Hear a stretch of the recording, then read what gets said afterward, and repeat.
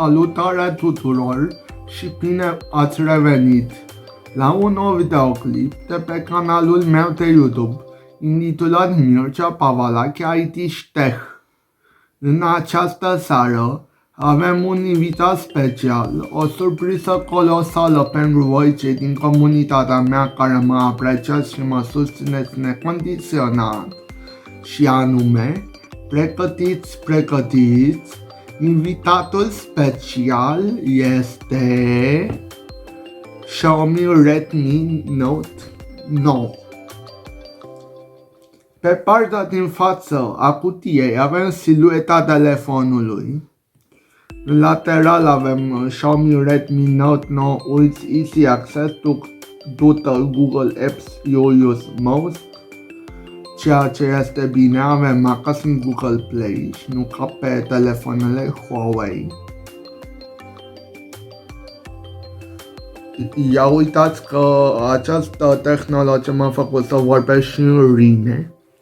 Și avem într-o parte datele modelului Xiaomi Redmi Note 9. Culoarea pe care o avem la test este Midnight Grey. 3 GB de RAM și 6 GB de ROM, adică 3 GB de memorie RAM și 6 GB spațiu de stocare. Și uitați, cutia culisează frumos. Se aude. Aici, pe partea din spate, avem suport NFC. NFC este tehnologia care te ajută să faci plăci la POS. Și în pachet avem pliculețul în care se ascunde, bineînțeles, cheița de acces la sloturile Tesla. Vom vedea și pe ea îndată. Avem țipla care a fost pe telefon. Avem maculatură user guide. Avem câteva informații de certificat de garanție și informații de securitate.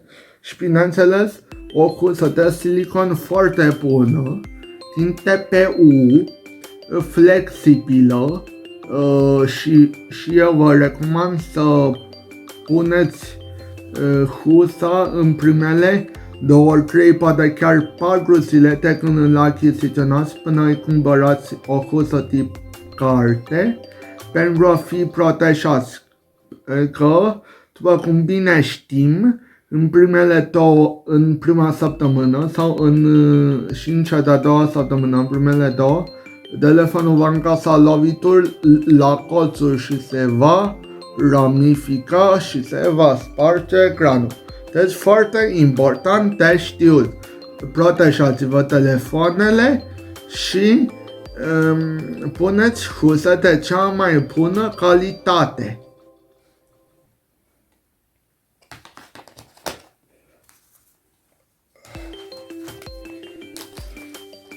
Avem telefonul care este într-o puncuță, iar aici avem cablu de încărcare care, atenție, este micro USB Type-C. Uitați, mufa asta mai lată, USB Type-C la USB Type-C la mufa aceasta. Este un cablu mai mic și mai inteligent, care oferă o putere mai mare. Un standard de încărcare care sunt puse pe telefoanele mai noi. Și mie îmi place acest lucru, că telefonul se va încărca instantaneu. Și bineînțeles, încărcătorul care e baban de aici aici scrie de acest încărcător livrează o putere de 5V cu 3A, 10V sau 9V cu 0, cu 2,23, deci pe acolo cam 20, 25, 30. Este bine că avem încărcare rapidă, întrucât avem încărcare rapidă pe acest telefon de 30W și încărcare reverse wireless charging, nu reverse charging de 9W, adică puneți telefonul, dacă mai aveți un telefon cu tehnologia asta spate în spate, au activat din setări funcție și el se va încărca. Și iată că a apărut telefonul. Acesta este telefonul. Scrie frumos Redmi. Aici este pe spatele lui, se găsește un sensor de amprentă. Sunt camerele lui și dacă camerele pe spate, aici aveți un microfon pentru apeluri, un sensor infraroșu pentru telecomandă, aer condiționat și ce mai aveți. Check s-a întors în sfârșit. Hello Check. Check-ul de căști au ceea ce apreciez eu la acest telefon este faptul că l-au făcut chiar dacă l-au făcut să zic, uite, mai subțire, au avut loc să intre și un chip de 3,5 mm pentru căști.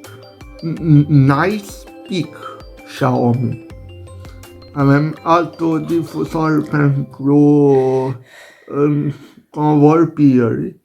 Aici avem portul de încărcare și aici avem cele 5 perforații pentru difuzor. Chiar acest telefon simțiți că nu aveți difuzoare stereo. Nu dispune de difuzoare stereo. Vine cu o folie preaplicată din fabrică pe ecran, ceea ce este bine. În continuare, vom desface sertarul pentru... Aici este sertarul pentru cardele, ca să vedem ce surpriză ne pregătește. Și avem așa, Nice Pick și aici. Avem SIM 1, Nano SIM 1, Nano SIM 2 și un card, spațiu de card micro este dedicat. Asta este foarte bine. Dacă nu vă ajunge stocarea de pe el de 64 de giga, chiar vă recomand din două sufleturi să-i puneți un card bun de 64 de giga de tot atât sau chiar de 1 tera, întrucât vă va spori considerabil stocarea din el. Are niște accente ușor, deci asta este o bucurie la cei de la Xiaomi, întrucât fac telefoane atât de frumoase. Da. Să o punem la loc.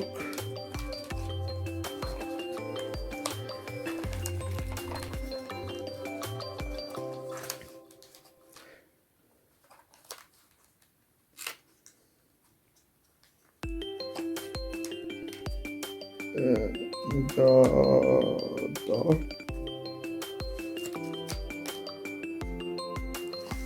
Da. Și în minutele care vor urma, vom diseca la cal toate specificațiile telefonului. Acest telefon vine ecranul lui superb, 6,53 de inch, cântărește 199 de grame, da, și măsoară 8,99 mm nu, 8,9 mm în tali, ceea ce îl face cam gros și cam greu. Eu nu vă ascund nicio clipă acest lucru. Acest telefon se găsește doar în varianta Dual SIM. Ecranul acestui telefon este unul de tip IPS LCD, chiar dacă nu este AMOLED ca la Samsung și alte terminale de la alți producători. Acest lucru se observă prin aici, nu știu dacă vedeți cum lumina este adusă din spatele telefonului. Aici se observă la barbia proeminentă. Lumina este adusă din spatele telefonului, astfel să crește senzația, mica senzație că este AMOLED, dar el de fapt este IPS. La capitolul procesor avem un procesor MediaTek Helio C85 pe o arhitectură de 12 nanometri. La capitolul cameră avem o cameră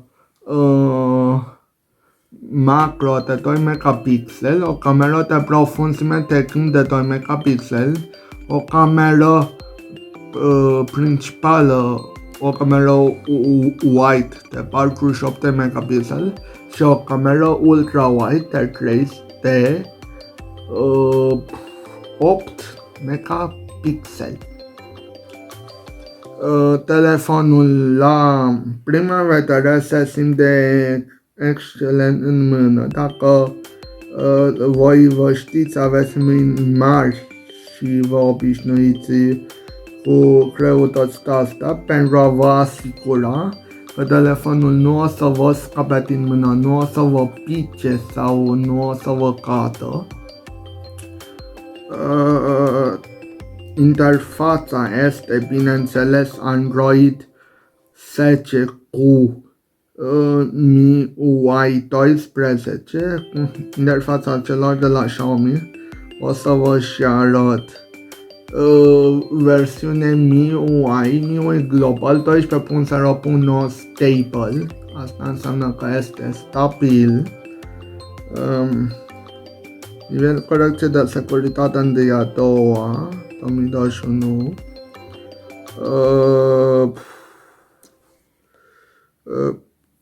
Bateria este de 5020 de mAh. Prețul în momentul filmării review-ului este de 650 de lei. Deci la 650 de lei, raportul preț-calitate, eu mă declar mulțumit. Și încă ceva, acest videoclip nu este sponsorizat de Xiaomi sau de ce companii de ce branduri mai apar pe la mine pe acest canal. Toate telefoanele sunt achiziționate din banii mei și sponsorul acestui videoclip este Mua Pusuner.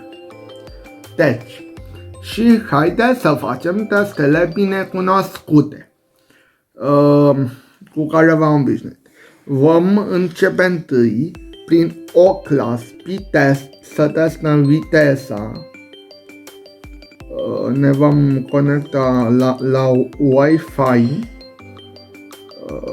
Îmi cere telefonul niște permisiuni, o clipă. Allow. Așa, allow. Next, down. Și am mirat. Și dăm, bineînțeles, go. Se conectează la rețea și să vedem cât scade.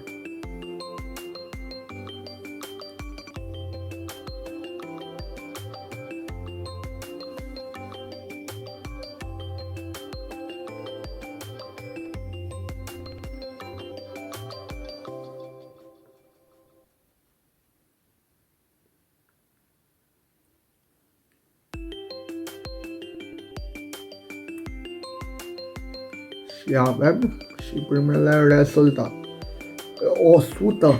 70 de megabytes pe secundă în download și 172 pe upload. Este o viteză cam mică, după părerea mea, dar eu cred că cine își ia un astfel de telefon se descurcă și cu viteza pe care o are. V-am arătat un speed test pe Opera și haideți să facem și să intrăm și în Geekbench. Acum ne avertizează că e un Xiaomi Mi 2031 5G, este Android 10, are 6 nuclee tacta de la 1,80 și 2 nuclee tacta de la 2 GHz. E octa-core telefon. Stăm aici, la CPU benchmark, uităm la run benchmark și așteptăm să vedem cât obținem pe procesor.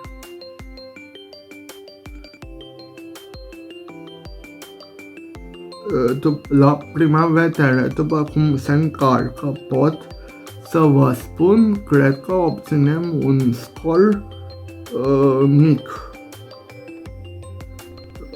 Dacă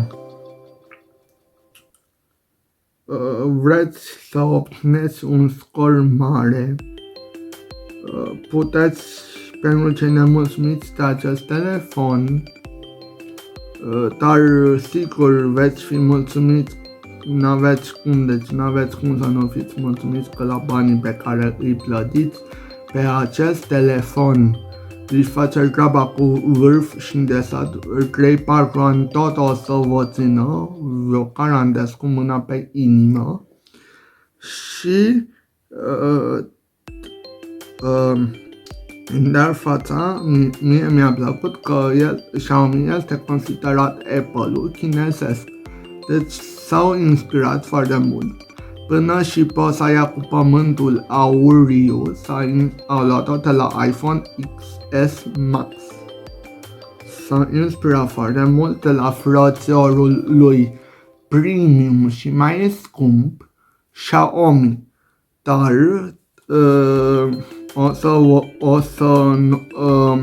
o să spun în continuare și fraza aceasta.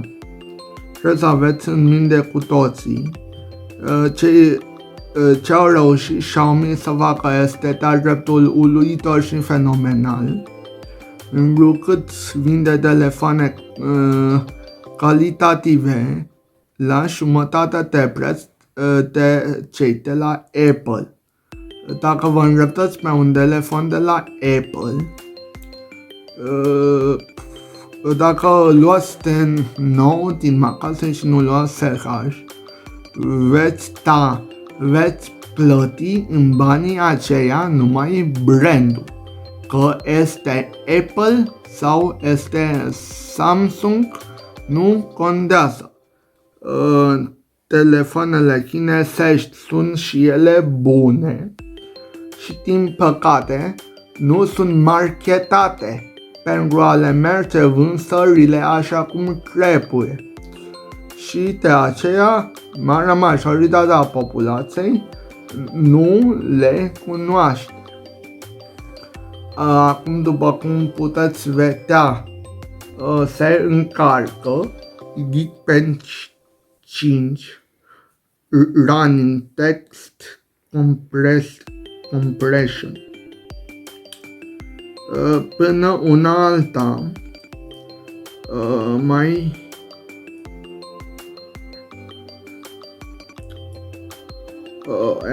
meniul acestui telefon este intuitiv și foarte ușor de utilizat, întrucât cei care vă pasionează meniurile simple, ușoare de utilizat, fără bătăi de cap și mai precis telefoanele în afară de Huawei, după cum am spus și la începutul clipului, au Google Play, magazinul de aplicații Google Play, deci și serviciile Google Gmail, YouTube Music, Drive, Maps și toată suita de aplicații de la Google.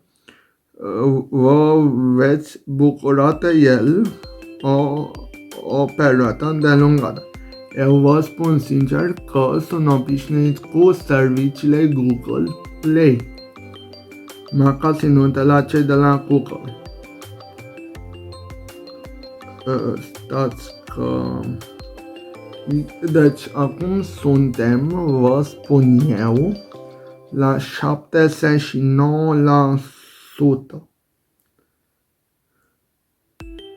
...81, mai avem puțin, foarte puțin și vom afla rezultatele ce poate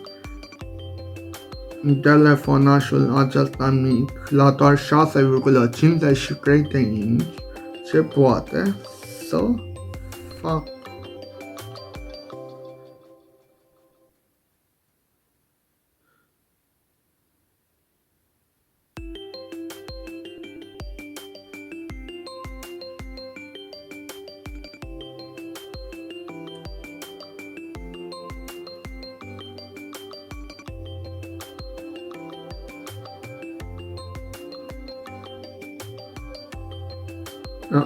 Suntem foarte aproape de final, 90%, și vom afla primele rezultate. Sunteți pregătiți, aveți emoții,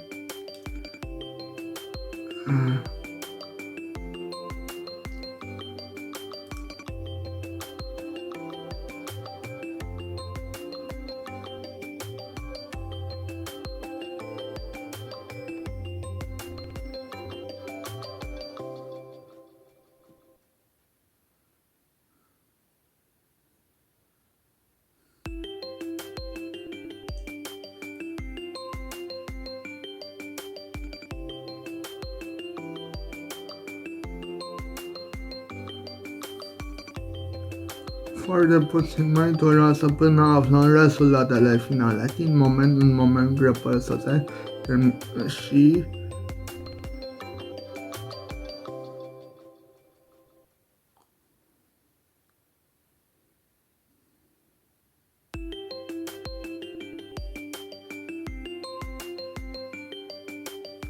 telefonul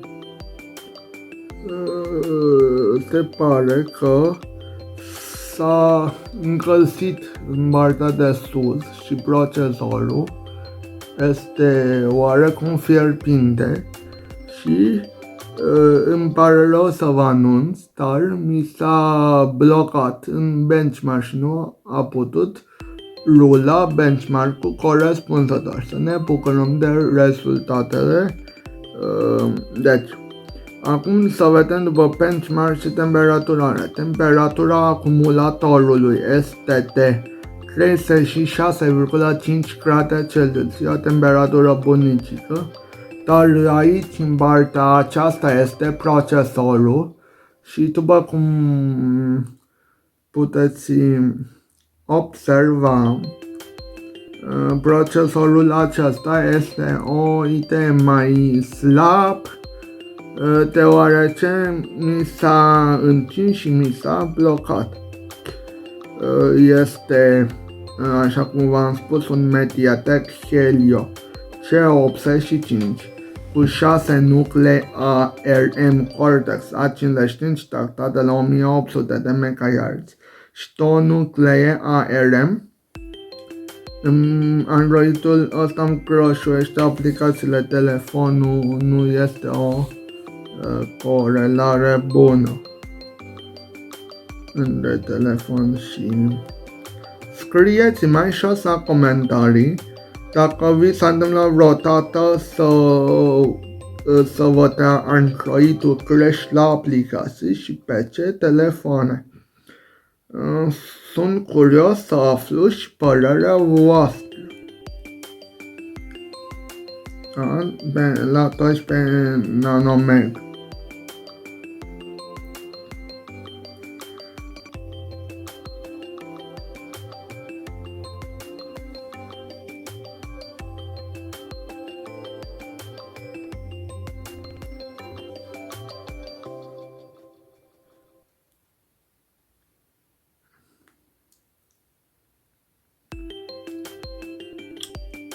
Avem spațiu, memoria disponibilă 1239,51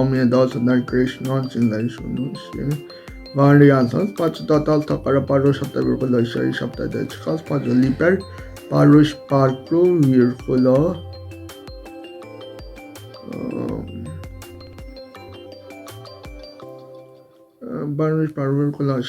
și parc.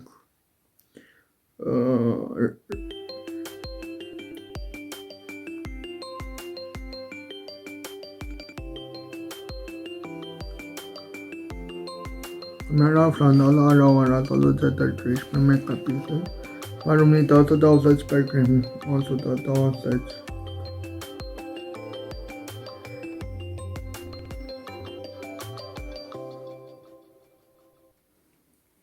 Versiune Bluetooth 5, cam ultimul Bluetooth.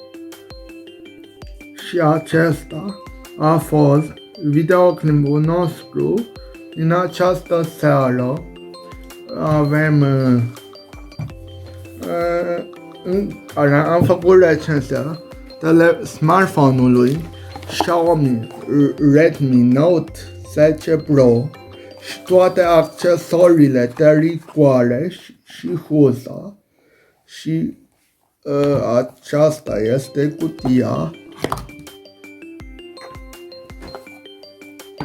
Deci dacă vreți să mă susțineți să mai fac astfel de videoclipuri, astfel de recenzii și eu știu că sigur vreți, nu uitați să mă sprijiniți în continuare și să vă abonați la acest canal apăsând butonul roșu de jos subscribe sau abonează-te, să activați clopoțelul pentru notificări ca să fiți la curent când mai postez un videoclip nou pe acest canal. În principiu, cam aceasta a fost prezentarea mea din această seară. Cu voi a fost fratele vostru Mircea, iar eu vă las și vă aștept în videoclipurile următoare ca să mai disecăm noi specificații la telefoane la telefoane de orice buget, scumpe, ieftine, nu contează, telefoane să fie. La revedere, o zi bună, vă pup de nu vă vedeți și aveți grijă de voi. La revedere!